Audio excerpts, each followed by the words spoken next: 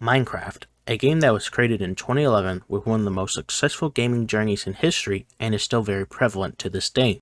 And with its many updates, the game has vastly improved in quality and released on several different consoles until the Bedrock Edition was released. With those releases also came modded content for Java Edition of Minecraft. And in 2013, something big was brewing to give Minecraft modded content a big name for itself, and that mod is Orespawn. Orespawn was created by someone who at the time just wanted to expand the current content of Minecraft. This was when Minecraft was not nearly as polished or as huge of a game as it is now. It didn't include spectator mode, many of its commands, the new combat system for Java Edition, many exploration mechanics, overhauled aquatic-based biomes and mechanics, villager overhaul, villagers, buzzy bees, overhauled nether, revamped caves and cliffs, and this is just many major additions and changes since then. So, in perspective, this is a very old mod way before Bedrock Edition was released back in November of 2016. Now, what is Orespawn?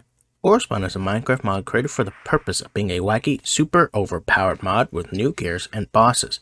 Mobs so powerful that diamond armor was pretty much useless.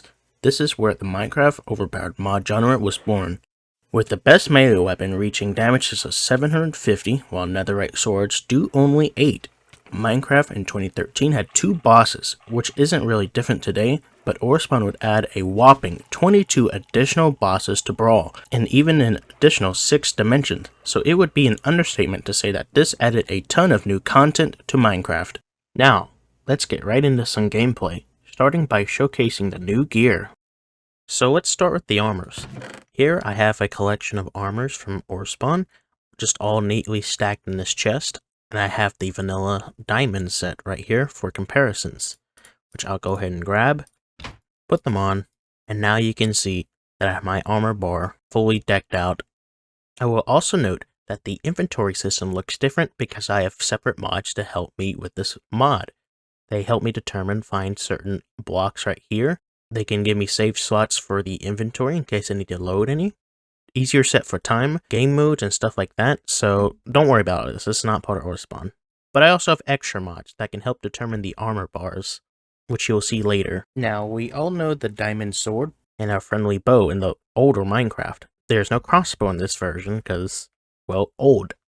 Now, with our diamond sword with its usual 7 attack damage, and our bow which can do upwards of 11 damage fully charged, which is just usual Minecraft. But now we can take a look at what this new gear can do, starting with Emerald, and the Emerald Sword, which you can already see does 10 damage. Now that's quite insane, considering that it's just Emerald. But Emerald is not as powerful as it is in this version of Minecraft compared to later versions, or the newest version. Villagers are not as powerful in this version, they are way weaker, and they were definitely not meta. So I'm going to begin to swap my armor here. And as you can see, there is no change in armor value.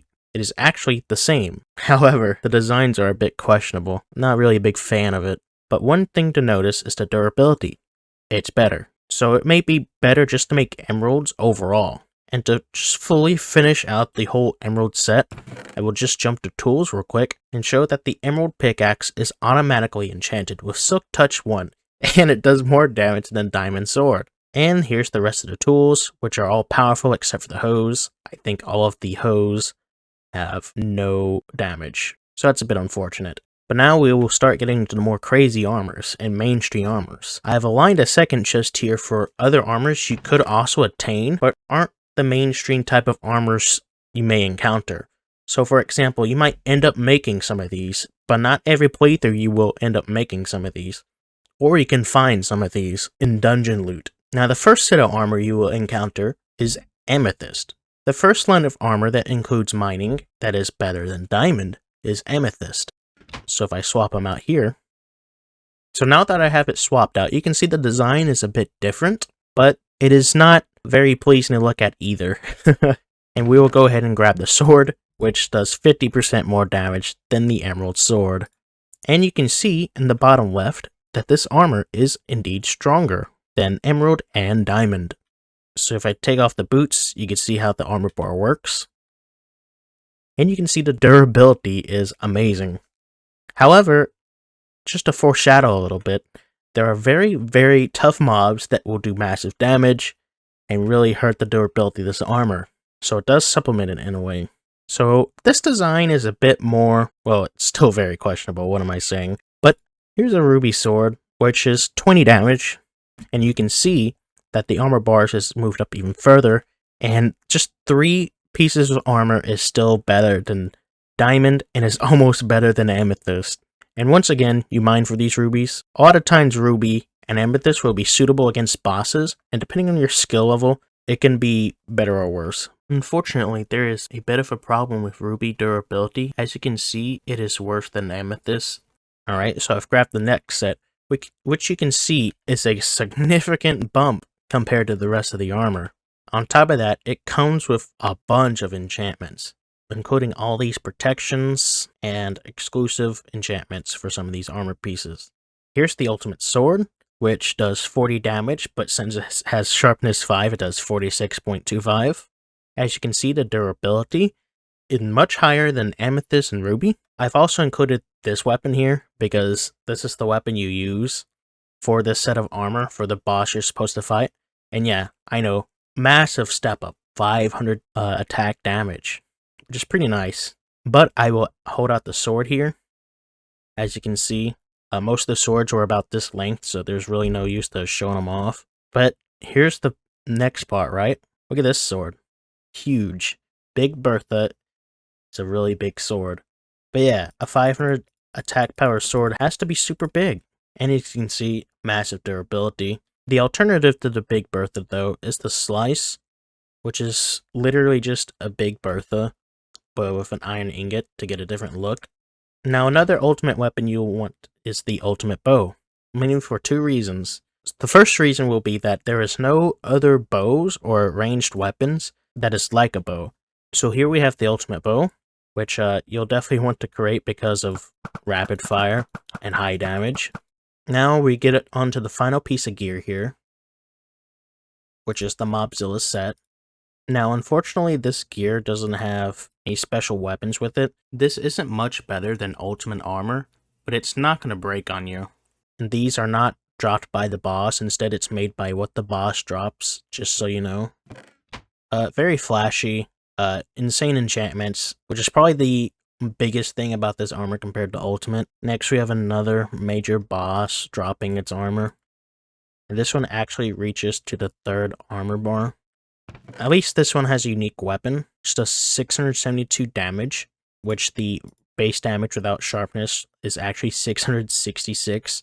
I don't know why that number was chosen, since the mob it drops off of is not particularly evil.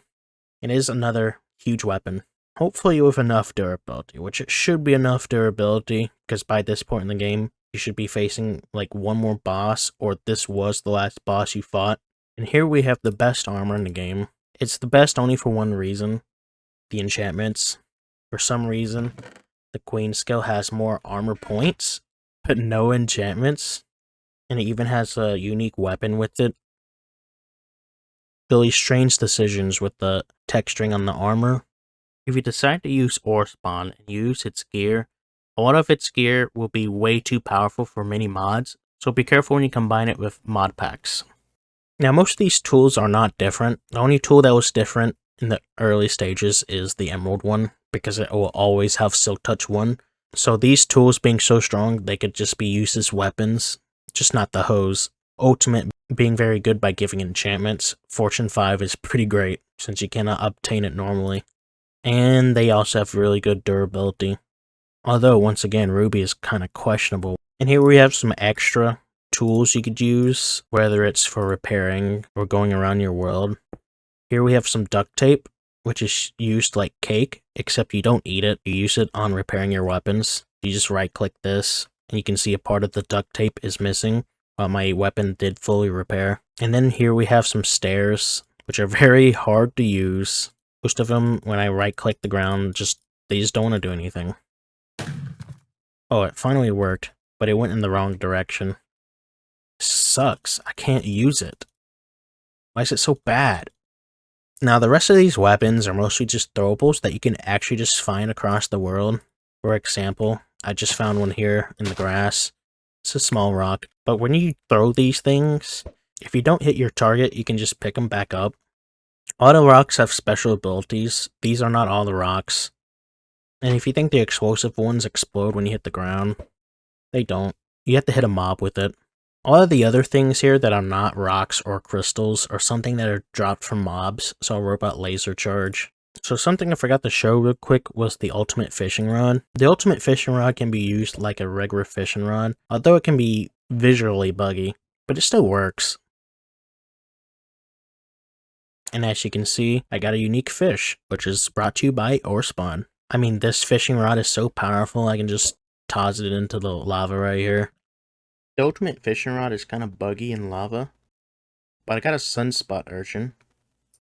Now that we are done with showing the armor and gear, we will now show off the mobs, which is what this mod was mainly known for back in the day.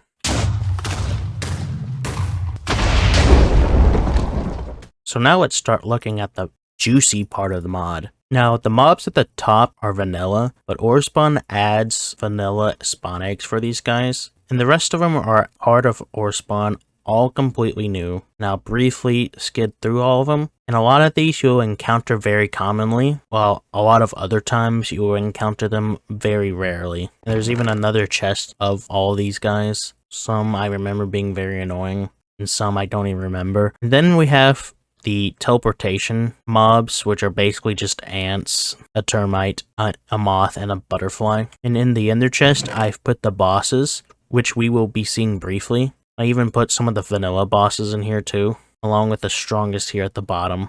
So just to make a quick comparison, I'm going to spawn an iron golem. You can see the iron golem has 100 health, and it also has no armor points. Here's the emperor scorpion. It has 350 health, and it spawns at nighttime in the desert. So now I'm going to fight the Emperor Scorpion using only diamond. Here we go. And it's going to be easy, guys. So unfortunately, I lost that fight, but I thought I could win it. Anyways, this was just a comparison to show you that these bosses don't play, and diamonds are pretty much useless for gear. So now I'm going to kind of show you a battle royale. I'm just going to spawn in all of the bosses that aren't really colossal size, so basically all the bosses you need to fight, and they're just all gonna duke it out. Here we go.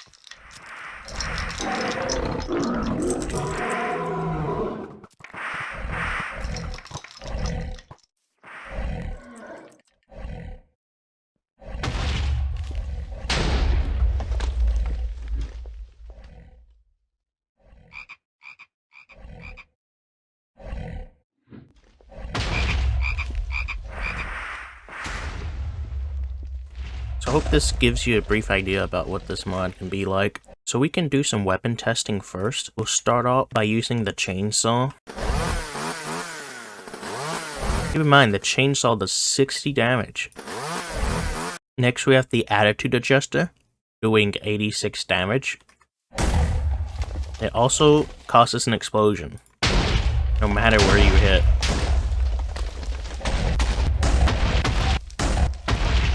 Then we can try out the ray gun. It pushes me back with every shot. Here's the thunder staff. Also pushes me back a lot. Then we have Squid Zuka, a massive gun.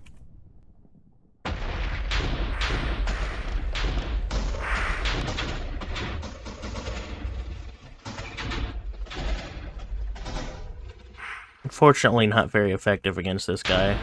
And then we can try the explosive crystal.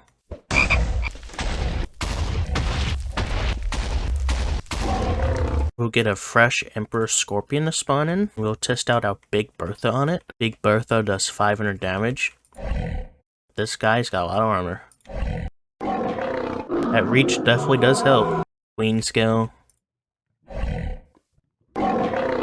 Now that's more like it. And finally, the Royal Guardian Sword. So here I have found an ocean for us to spawn our next major boss. Here I found a nice ocean for us to spawn our first major boss. Don't worry guys, he swims. Oh, here's what an attitude adjuster does to this guy. Actually pretty decent damage on him. Yeah, you need some reach on this guy.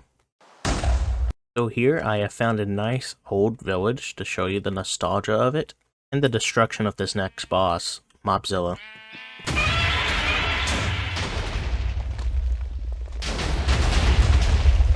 This guy's a great neighbor. Very good neighbor.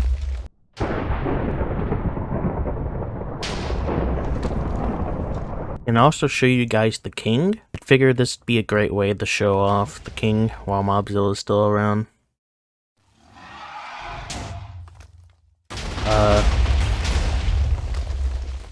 Yeah, they're going places.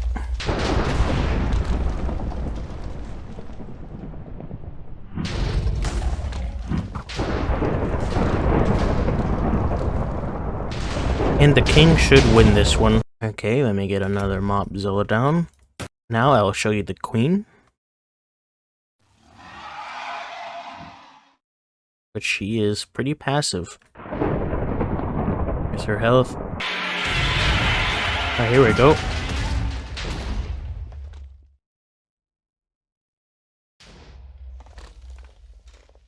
And boom, absolutely annihilated. Queen is pretty insane. Now, let's check out the dimensions.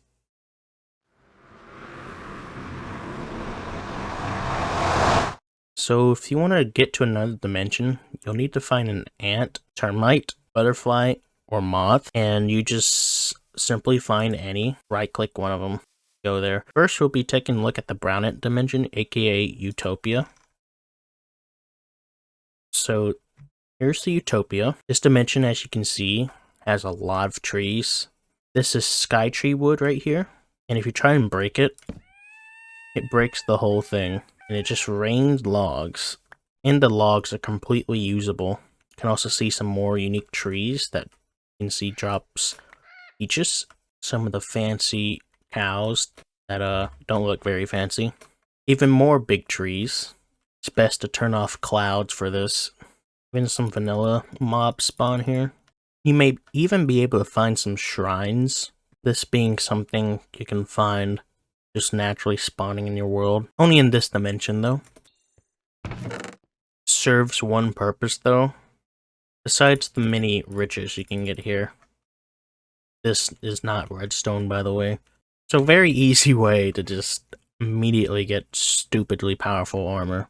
And that's only one of many ways. Forgot to mention that a lot of these trees have a reward at the very top, usually being a block of diamond or emerald. Here's the emerald I was talking about. Here's another shrine right here, which is overlapping the other one we saw earlier. This one's not as good, but like the other one, it serves one purpose. This tree right here has some loot in it and some iron golems. Here we have found what I like to call the fortune tree. This thing isn't just a freebie though, even though you can see tons and tons of ores. Instant ultimate gear, by the way. However, it is guarded by the king. Once again, just a reminder that this guy is one of the strongest bosses in the game. He doesn't stray too far away either, so that's kind of cool. And this is pretty much the Utopia dimension. Next, we will go to the red ant dimension, or also known as the mining dimension. Okay, so here we are. First dungeon. Holy crap.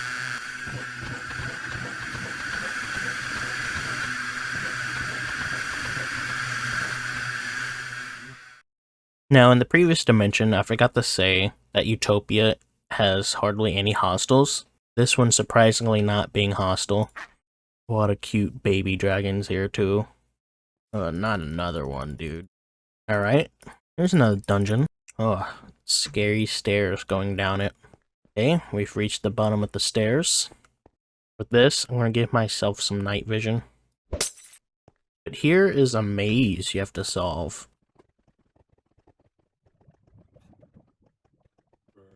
There we go. Into the boss room with two of these guys. Also watch out for this. It's actually a random teleport block. Some of the loot.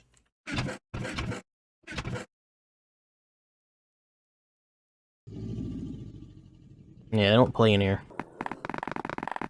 On to exploring more stuff though.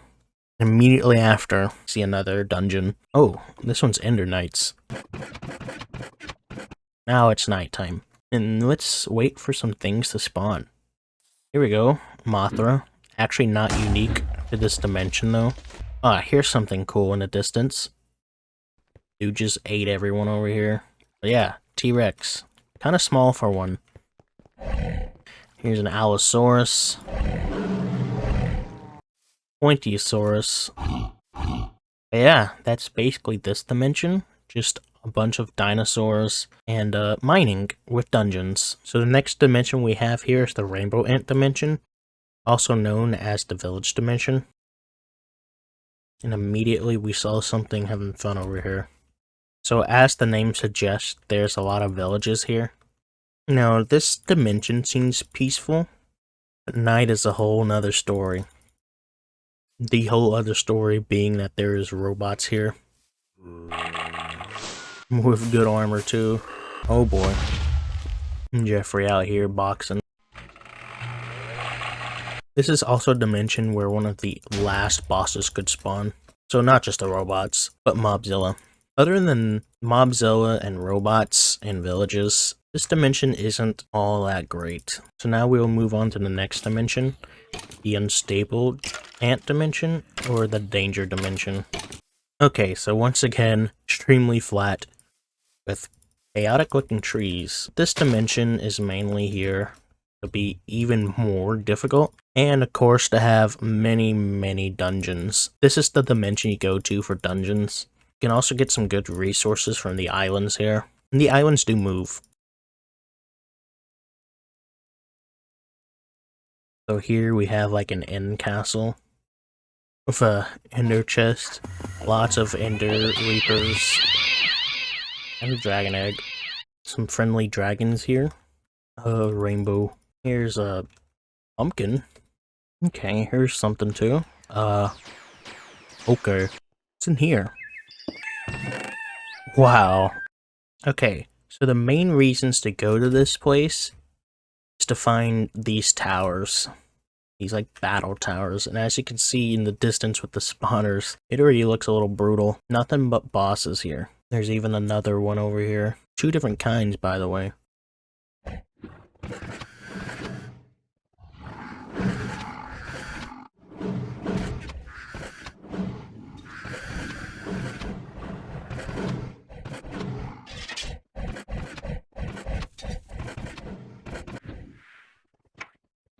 So overall, really deadly.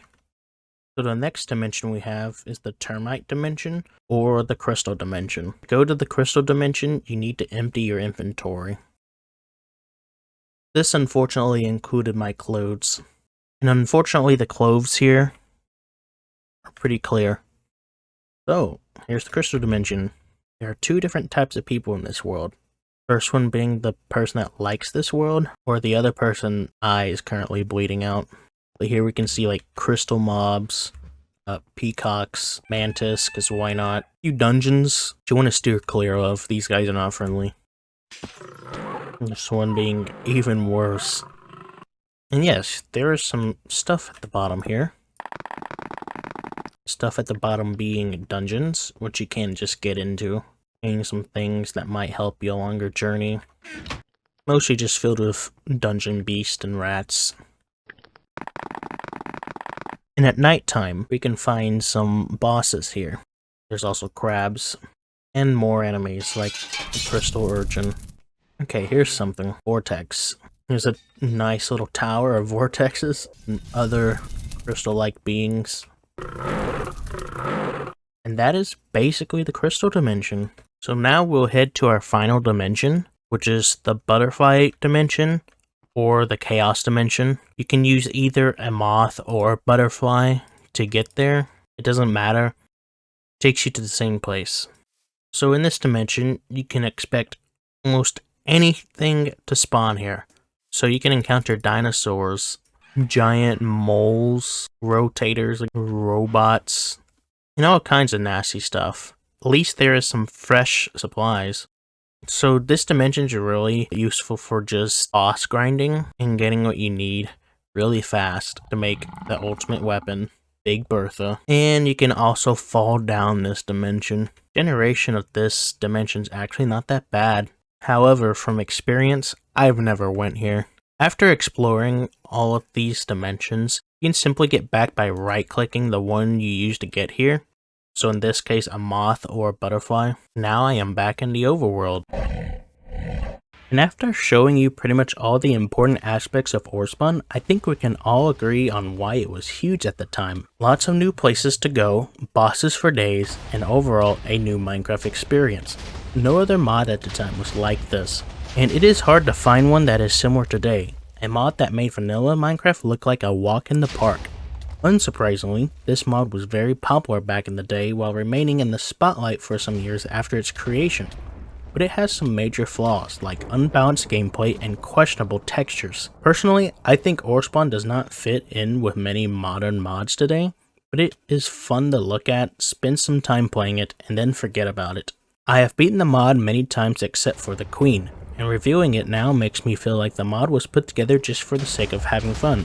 I don't know the real reason of why this mod was made, but it brought a lot of joy in my childhood years with gameplay and many other YouTubers using it. And now Orespawn is dead in the water. However, there is a spiritual successor, which will be the sequel to this video. So what do you guys think? Would you use Orespawn? And what would you guys like to see me create videos on? Thanks for watching, and don't get too funky.